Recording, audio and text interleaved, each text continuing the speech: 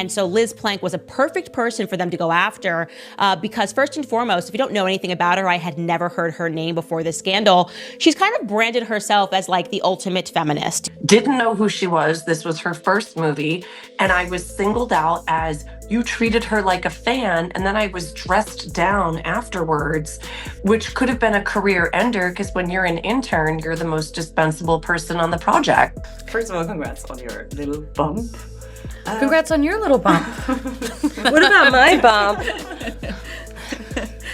You've got two nice ones. And they are kind of bumps, aren't they? Imagine a world where Hollywood's sweetheart suddenly becomes its most notorious villain. Blake Lively, once celebrated as the epitome of charm and talent, now finds herself trapped in a nightmare of her own making. What happens when the queen of the red carpet becomes the target of a scandalous exposé that threatens to unravel her carefully crafted image? From the glittering heights of celebrity to the harsh spotlight of controversy, Lively's journey is a cautionary tale of how quickly fame can transform into infamy. Her alleged pattern of toxic behavior isn't just a series of isolated incidents. It's a systemic approach to power that has left a trail of broken careers and shattered dreams in its wake. Plank was the co-host of the Man Enough podcast alongside Justin Baldoni. And then as soon as Blake Lively filed her complaint, Liz Plank was out, instantly said she quit, a show of support and solidarity with Blake after everything dropped. And people began looking into it. And particularly there was this TikToker, Steph with the Deets, who had showed that perhaps the reason that motivated her to get on the side of Blake Lively without actually looking into anything or at least speaking to her co-host and hearing his side of things may have been what we have discovered since, a repeat sort of Ryan Reynolds psychopathic strategy of essentially love bombing people. Picture a high-stakes legal battle that reads like a Hollywood thriller. Justin Baldoni versus Blake Lively and Ryan Reynolds. A conflict so explosive it's valued at a staggering $400 million.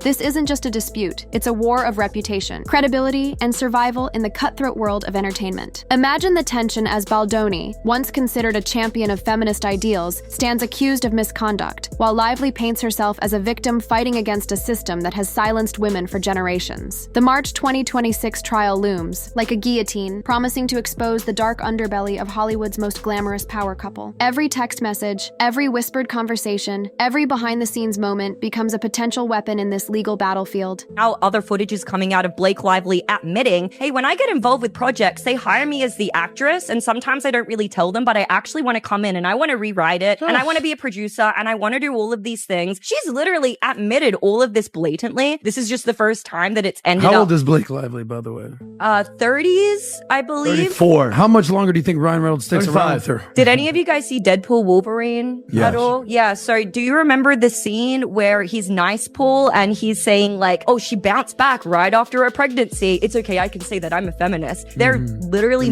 mocking Justin Baldoni. Downfall of Blake is super important because it represents our collective awakening, specifically to celebrities that we should not be idolizing, and they hate that.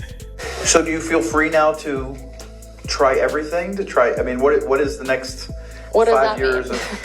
Well, in terms of trying, I mean, do you see the movie? I did see the movie, but I mean, we're going to give you a pop quiz. We're going to give you a pop quiz every minute of it. Yeah. Close your eyes and transport yourself to the set of Gossip Girl, where a young Blake Lively was already orchestrating her own narrative. In a shocking 2009 Glamour interview, she brazenly admitted to systematically poisoning her entire cast against a new co-star, Penn Badgley. But this wasn't just teenage drama. It was a calculated move to control her professional environment. Imagine the power dynamics at play. A rising star strategically dismantling a potential threat before he could even establish himself. It's a chilling glimpse into a pattern of behavior that suggests manipulation isn't just a tactic, but a fundamental approach to navigating Hollywood's treacherous landscape. Envision a film set that looks picture-perfect from the outside, but harbors a dark, destructive secret. Barbara Seaman, an assistant director on A Simple Favor, breaks her silence about the emotional warfare she endured under Blake Lively's reign of terror. Night after night, she would drive home in tears, crushed by the constant belittlement and cruel treatment. This isn't just a workplace conflict. It's psychological warfare disguised as professional interaction. accusation. Each tear represents a moment of professional dignity stripped away, a testament to the hidden trauma that often lurks behind Hollywood's glamorous facade. Transport yourself to a seemingly innocent press event for Sisterhood of the Traveling Pants, where a young intern named Jamie becomes an unwitting target of Blake Lively's wrath. With zero interaction, Jamie finds herself accused of unprofessional behavior, a single moment that could obliterate her nascent career. Imagine the paralyzing fear of a 20-year-old intern, knowing that one accusation from a rising star could mean the immediate end of her professional dreams. This isn't just an incident, it's a stark illustration of how unchecked power can destroy lives with a single calculated statement. Step into a world where reputation is currency and accusations are deadly weapons. Jed Wallace, a crisis mitigation expert, finds himself in the crosshairs of a defamation lawsuit that threatens to annihilate everything he's built. Imagine the psychological warfare of being accused of orchestrating an online smear campaign, your professional integrity hanging by a thread, your entire reputation reduced to a legal battleground. This isn't just a lawsuit, it's a high-stakes game of professional chess where one wrong move could mean total destruction. Picture a moment of maternal vulnerability transformed into a potential weapon of legal manipulation. A breastfeeding room becomes a battleground of conflicting narratives, where permission, boundaries, and professional conduct blur into a complex web of accusations. Was it a genuine moment of discomfort or a strategic legal maneuver? The story unfolds like a psychological thriller, where every detail becomes a potential turning point in a larger narrative of power, control, and professional survival. Imagine the tension of a friendship tested by public scandal. Taylor Swift's deafening silence speaking volumes about the Blake Lively controversy. In a world where celebrity friendships are carefully crafted narratives, Swift's refusal to publicly defend Lively becomes a story in itself. What does her silence truly mean? Is it doubt, strategic distance, or something more complex? This isn't just about friendship. It's about the unspoken rules of Hollywood loyalty and the power of what remains unsaid. Dive into a world of legal strategy where accusations are weapons and public perception is the ultimate battlefield. Brian Fredman, Baldoni's lawyer, reveals a chilling narrative of how sexual harassment claims seemingly materialized out of thin air. Imagine a legal strategy so intricate that it transforms accusations into a calculated public relations move. This isn't just a lawsuit, it's a masterclass in narrative control, where truth becomes a malleable concept and public opinion is the ultimate prize. Step into the grand theater of Hollywood, where careers are made and destroyed with a single narrative. The "it ends with us" controversy isn't just a dispute, it's a microcosm of an industry built on power, manipulation, and survival. Every accusation, every legal filing, every whispered rumor becomes a note in a dark symphony of professional warfare. This is a story that transcends individual personalities, revealing the systemic mechanisms that allow toxic behavior to flourish in the entertainment world.